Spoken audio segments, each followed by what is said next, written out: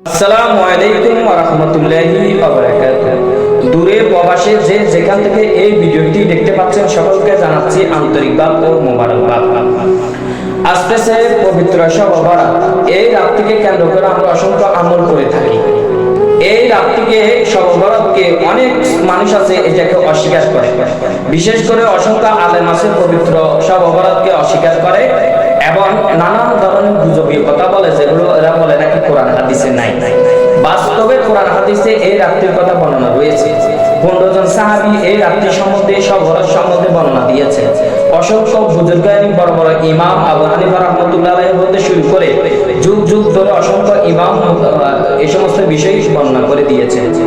আজকে আপনারা নতুন করে ফতোয়া দিচ্ছেন পবিত্র শবে বরাত নাকি কোরআন হাদিসে কোথাও নাই। এই সমস্ত কথাই মানুষদেরকে আর ধোঁকা দিবেন না। মানুষ এখন কিন্তু বুঝে, মানুষ এখন কিন্তু চালাক হয়েছে, মানুষ এখন কিন্তু জ্ঞান আছে মানুষের থেকে। আপনারা এই সমস্ত ধোঁকা দিয়ে দিয়ে মানুষের ঈমান নষ্ট করতেছে।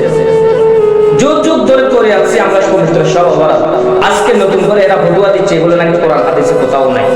কোরআন হাদিসে কোথাও আছে না আছে আমাদের সাথে বসো, আমরা প্রমাণ করে দিই। সুন্নিরা আমরা সুন্নিরা প্রমাণ করে দিই পবিত্র শবে বরাত কোরআন হাদিসে আছে। আছে বলে আজকে আমরা পবিত্র শবে বরাতকে পালন করি। অসংখ্য আমল রয়েছে। এই রাতে কান্নাকাটি করলে আল্লাহ তাআলা মাতা পিতার কবরে আযাব মাফ করে দেয়। অসংখ্য বর্ণনা রয়েছে। তোমার থেকে মনে হয় এলেম নাই, তাই বলে তুমি মানুষদেরকে ধোঁকা দিচ্ছ। পবিত্র শবে বরাত রাতে নাকি কোরআন শরীফে নাই, হাদিসে নাই, কোথাও নাই, এই সমস্ত কথা বলে ভাই এখনো সময় আছে, তওবা করেন, আল্লাহর দরবারে ফিরে আসেন, পবিত্র শবে বরাতকে নিয়ে আপনি আমল করেন, দেখবেন আপনার জীবন খুলে যাবে ইনশাআল্লাহ। আপনার জীবন সুন্দরভাবে যাবে। মানুষের গীবত করিয়েন না, নবীর শানে বেয়াদবি করিয়েন না, ওলির শানে বেয়াদবি করিয়েন না।